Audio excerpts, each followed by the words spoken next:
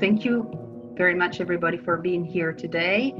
My name is Loredana White, and I'm the Managing Director of STEPS Charity Worldwide, and I'm very pleased to have here with me today Miranda. Hi, my name is Miranda Asher. I'm a prosthetic physiotherapist. So I've worked with people with amputation for over 15 years in all age ranges, really with a focus on getting back to daily activities and essentially doing what you want to do without pain or with minimal discomfort. And the main thing that I'm going to be talking about today is just the limb fit and feeling safe and secure in the limb for the child. So there's a bit of my background there. And I'm going to look first at making sure that the limb actually fits. Now, key elements of fit isn't just for when you're in the clinic, although that is obviously important, but also at home, having a look if it needs to be revisited, because obviously with children, they grow quite quickly, and knowing when the point is to start making a new appointment and to have it reviewed is quite important. So the first thing I've got on there, it might seem really obvious, it should be comfortable, but what I hear a lot from people is that they accept that it won't be comfortable, and actually your prosthetic limb should be comfortable. It's not the same as an anatomical limb, but it should be comfortable. And what a lot of prosthetists use is this socket comfort score, which is 0 is the worst and 10 is the best. And just for reference, anything lower than 7 is not sufficient. Now that's difficult enough for adults to get used to using that scale, but for a child it can be especially difficult. So there's lots of different ways you can use a visual scale. You do want the child to get used to using that, so comparing it to other things. But if you're having trouble getting your child to really say something on a scale of 10, I would just ask, is it comfortable? And is it particularly uncomfortable, or it vary? If it's very uncomfortable, that's too much. If they say it's a bit uncomfortable but I'm okay, then that's probably around the 7 mark. But anything worse than that, it's not comfortable enough and it needs revisiting. And the important thing about this is so many people concentrate on one aspect of moving. So either is it comfortable in standing or is it comfortable in walking? But your child needs to wear it all day. So they need to check that it's comfortable in all the positions that a child would use it in. And so if it is a limb for running around the playground or for sports running, it has to be comfortable in that situation as well. So in clinic and out of clinic, you should review how comfortable it is in all those different conditions. Number 2, though, is it shouldn't move too much. So you might have heard the word pistoning, which is where it moves up and down on the limb. That's essentially it slipping off. The fit isn't right. The suspension is not sufficient. It also shouldn't really move side to side. Now, there is one reason it might. When you sit down, if you have a below knee prosthesis, it will gape at the front. That's just to leave room for the knee. But in all other situations, if it's rocking forward and back, if the child feels unstable in it, then the socket's not fitting and either the suspension needs changing or the socket needs refitting. There are very few scenarios where any weight should be through the end of the residual limb. So that part of the anatomy is not designed for weight bearing. And if the child can feel the bottom of the socket, unless the prosthetist has said that they will be weight bearing through the bottom, that's quite an urgent case for a refit, because that part of your body is not designed for weight bearing, and that is the real issue here. What you should do as part of the consultation is look with the prosthetist after the limb has been on for a while at where the red marks are on the limb, and just check through with the prosthetist that those are the right places, and get used to where that should be, because if that changes, then weight bearing is happening in the wrong place and it really needs revisiting. The shoe should make full contact with the floor. So that little image in the corner is really for this. Because if you look at A and D, you can see that the leg is actually quite far over, but the whole foot still makes contact with the floor. And that's important for balance aspects, that even if we've got problems with contractures or alignment higher up the limb, there should be safety elements put in place for that. But the foot itself is your contact with the floor and your balance, so that has to be flat, and that includes walking, which is quite difficult to spot. But if you see that as your child takes one foot through, the prosthetic foot is rotating, then again it needs looking at for the alignment of the ankle at the very least. And then the last one on that list is something I hear a lot is, again, people think it will be painful, and that especially in above knee prosthesis, where they think it's weight bearing, it will pinch in the groin area. And again, that area is not designed to weight bear. So if they're getting pains in that area or pinching, or even if it's just the soft tissue, there are lots of adaptions that the prosthetist can make to make sure that we're not building up friction and causing more problems there. So then I looked at gait deviation. So these might be words that you hear floating around to describe the walking pattern and things that need correcting. And the reason we look at correcting these is because long term it can place extra pressure higher up the chain of the body, so in the hip or the back, and cause long-term problems. I'm not going to go through each one, but I'm going to give an overview to help you out a little bit, that there are three main reasons that any of these deviations will happen. So they go under the category of fit, fitness, or habit. So prosthetic fit, the fitness, so things to do with the body, or habit. Most of them can just be habit. So we want to work out which one is the problem, and sometimes that is a real struggle because you're getting passed from different clinician to different clinician. So I would always start with looking at if it's habit. If you can get your child to walk without the gait deviation, so what we sometimes do is put footprints down on the floor and ask them to try and step in a straight line, bending the knee straight through for one step. If they can do that without any compensation, throwing their trunk around, it's probably habit, and that can be that can involve a physio intervention, a bit of training. For fit, what I like to do is get them, the leg we're not testing, stand up on a raised platform, so maybe just a telephone directory, so that their leg we're testing is free to swing, and get them to kick a ball. Often a big yoga ball is better, and see again if they're able to bring that leg through in a natural pattern. Then it's likely they've got the control, they've got the strength, but the fit is missing. And you must bear in mind that it could be a combination, but it is difficult to tell which element to treat first. So those simple tests can give you a much better idea. They're not foolproof, but it does help you know which direction to go in. So if I do go through the list a little bit, we can look at what things really affect that fit, and what you might be asking the prosthetist to really focus on. So for most of these, abducted gait, circumduction, and vaulting, it's often that the limb is too long. So the length of the limb needs to be checked in walking. We get them to stand up straight, pull their stomach in, bottom in, and check that there's an alignment like that. But then as soon as they start walking, if everything posturally changes, then that alignment will change. So that needs checking. It might be a beautiful alignment in standing, and they might need some walking training to keep that alignment, but for the safety of the health of their back, the prosthetic should fit that gait pattern as it currently is and change when their walking pattern changes.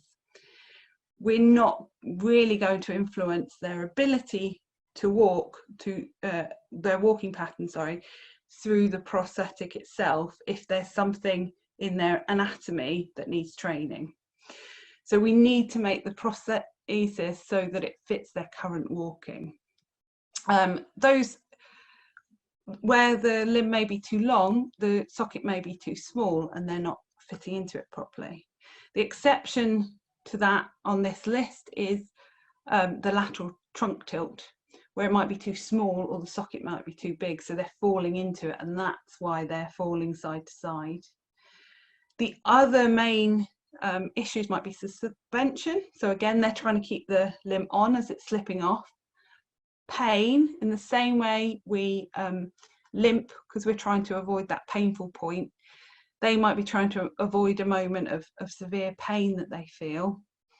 And then the anomalies, as it were, whip is a difficult one.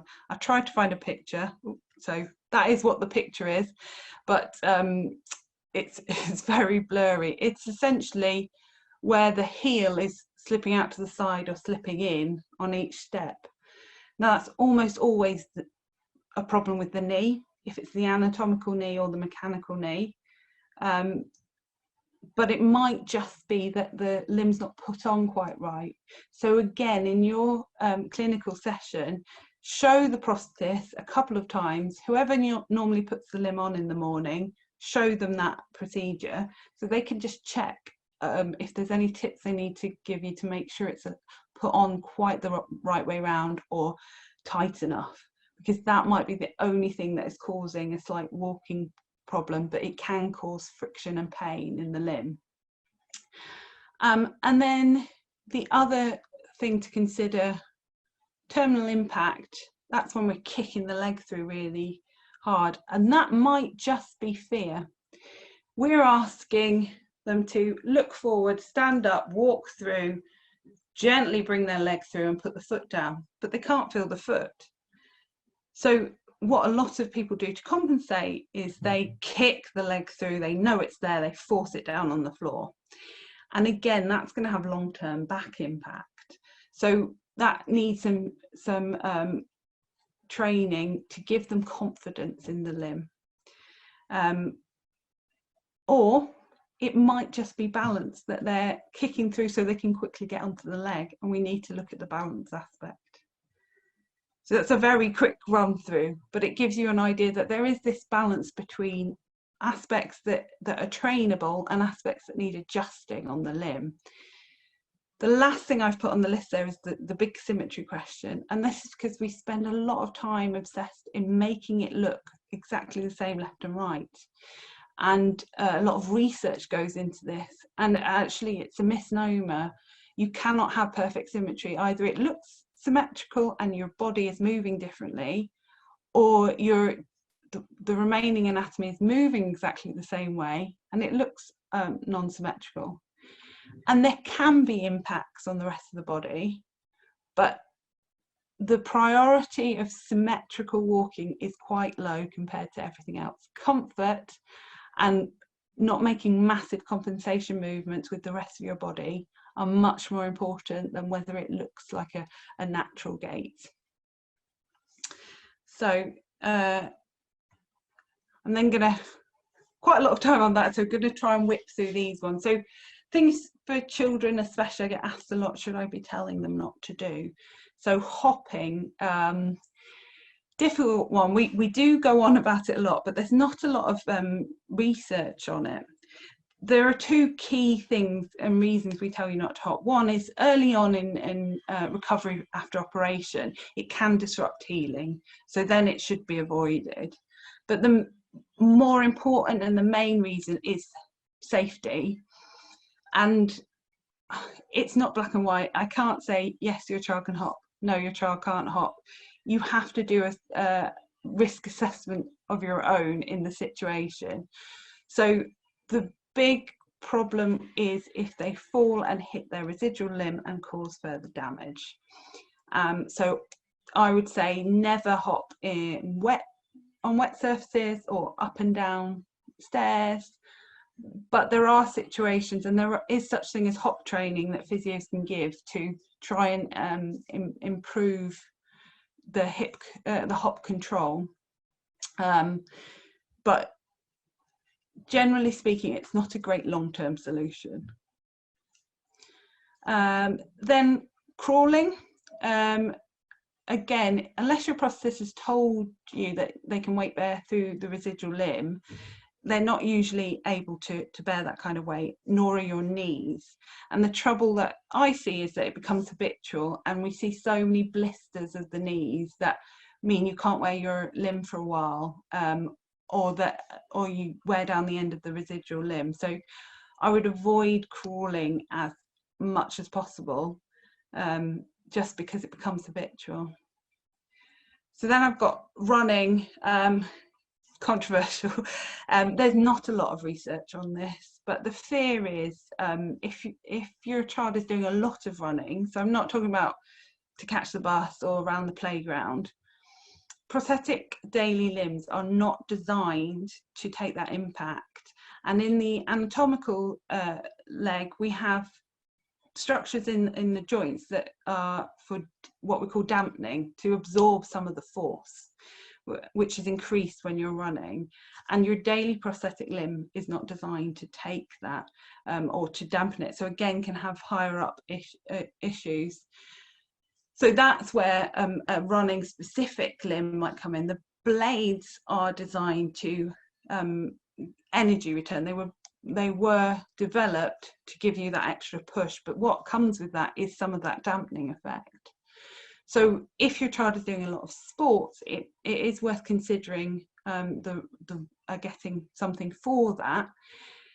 What happens with children is they can just get on and do things. So we often don't get them trained to use those limbs. And the trouble with that is, again, you develop habits and patterns. So what I would actually recommend is that you insist on physio sessions, at least 3, to use the limb, and I would start them 2 weeks after they've been using it for a while, so they've not established habits, but then the physio can see what their natural running pattern is with the new limb and adjust it so that it's healthy. Keep it clean. This is important. It often comes out of teenage years, but it's important that the child gets used to looking after it eventually on their own and knowing what their residual limb looks like after a day of wear, so that you and they can spot any changes, so that might need to be highlighted to a doctor. But also that it's a habit, like brushing your teeth, that every night it needs cleaning and it needs to be dry before it goes on, and because that can cause massive problems with skin breakdown and they just won't be able to wear the limb. Walking patterns. I put this in for 2 reasons. One is I see a lot of teenagers who want to walk like their friends, and it's a difficult one because they want to fit in, but that uneven, cool walking gait that nobody should be doing is much more impactful for them. And it's just worth bearing that in mind. The other reason it's in is to do with use of the knee. Again, there's not a great deal of research on what the long-term impact is for children who use fixed knees and don't bend their knees for walking gait. And I know it's quite common for children with bilateral amputation to wear stubbies with no knees for quite a long time. And there are safety reasons you might have a lock on the knee when the knee does come in. But again, that changes how you're using your back and the impact, and it reduces that any dampening for walking.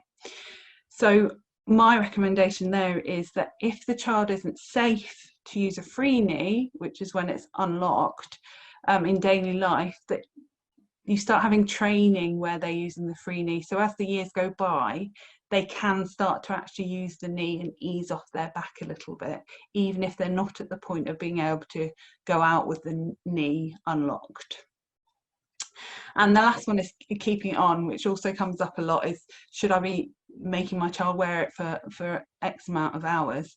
And the simple answer is no. I have lots of clients who take it off halfway through the school day because the risk of damage to your skin is much more important to keep an eye on, and being aware of how your limb feels than trying to forcefully wear it for extended periods of time.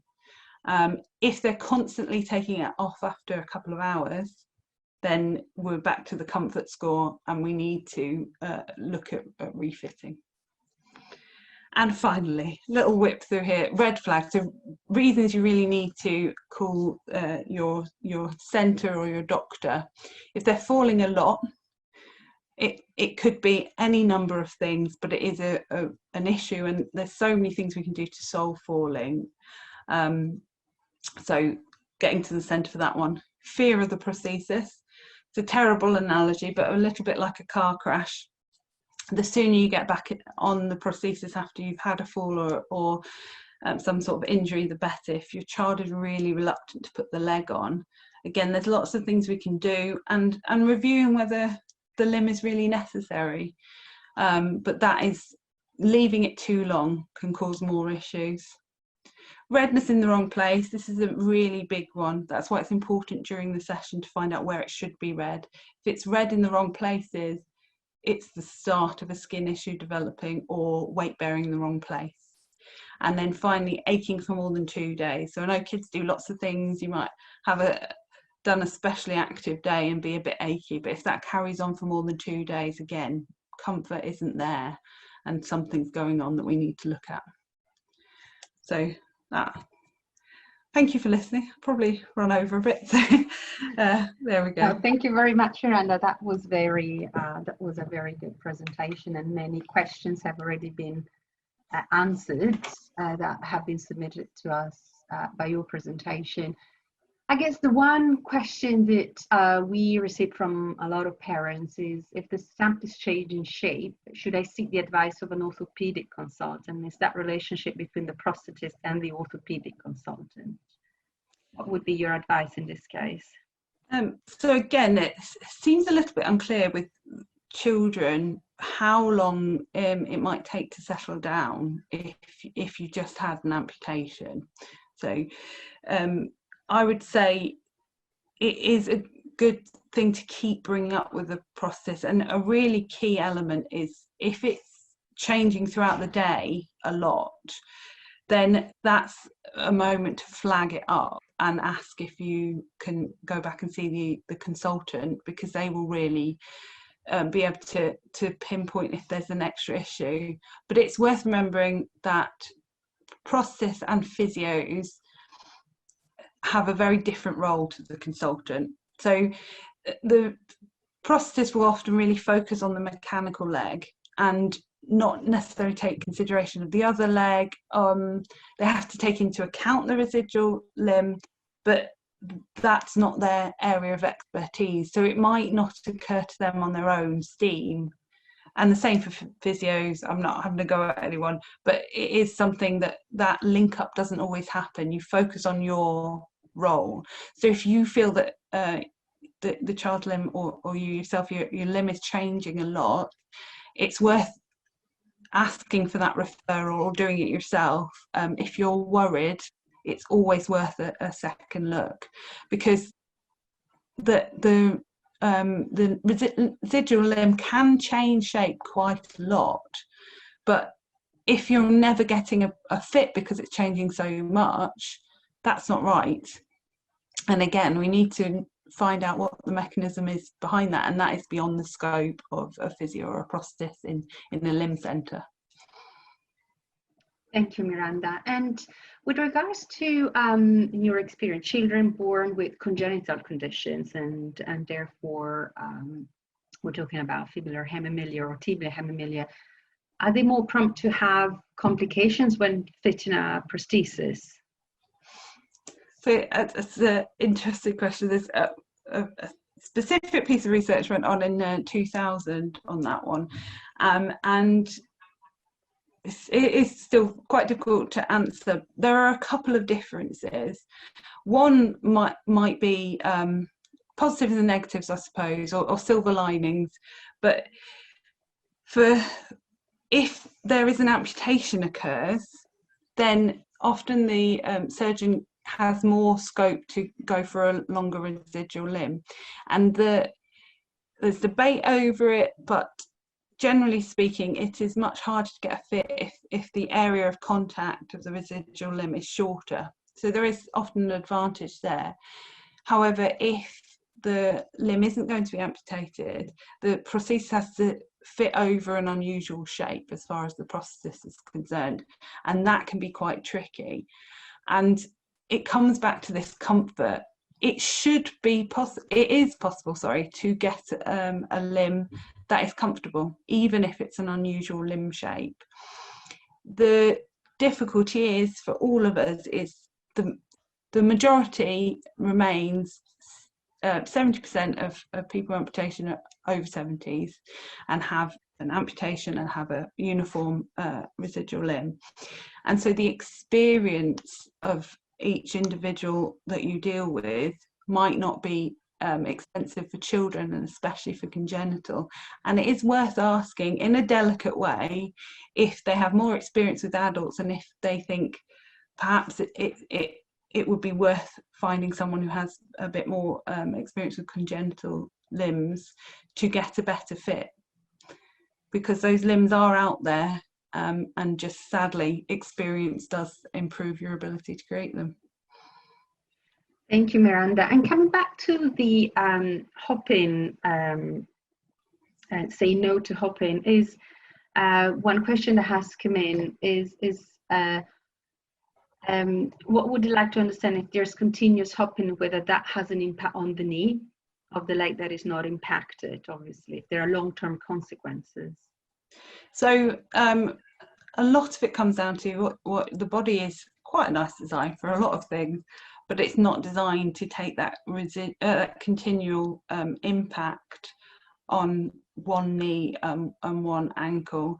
And there are lots of people who do spend their whole life hopping and using crutches, but ultimately it does increase, it's not just twofold, because it's not that you've taken the weight that should go through two legs in one leg.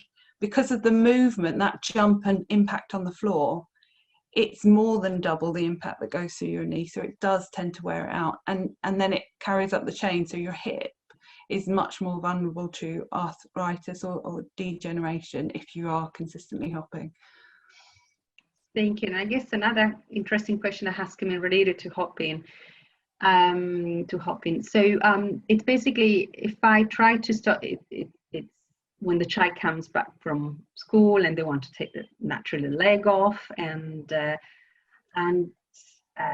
naturally they want to hop around the house, and so they're wondering whether therefore they should actually ask for a wheelchair, and if that should be standard for children that go through an amputation. That's I think the big factor on that is emotional, actually. From a clinical point of view, safety, yes, I think almost every child with an amputation should be given one of the compact wheelchairs, one that are easy to get around in. But the challenge with that is how they feel about it.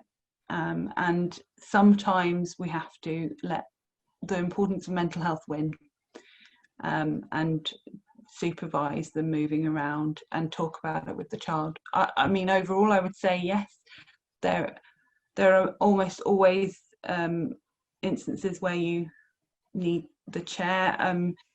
It's something like 64% of children have periods where they can't wear the limb at all. But yeah, it's a difficult one because of the emotional impact. Thank you. And with regards to wheelchairs and emotional impact, what type of assessment should a school go through to enable a child that has gone through amputation and therefore been fitted with a prosthesis, enabling him or her to go back to school?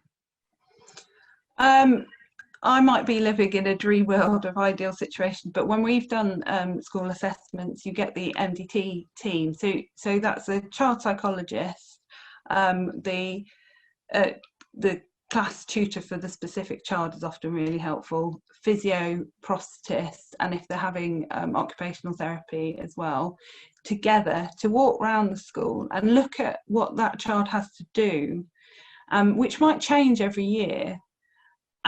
It would be nice to make it all fully accessible, but we do have to look at what the individual really needs, because otherwise you tend to overlook things. And that would be the ideal situation, is a full MDT. Where that's not possible, I think a walkthrough of the school, either with a clinician or just with the child themselves, to get a proper understanding of where there's going to be challenges. Thank you, Miranda. And that was our last question. Thank you very much for your time, Miranda. Thank you very much to everybody who has joined us today.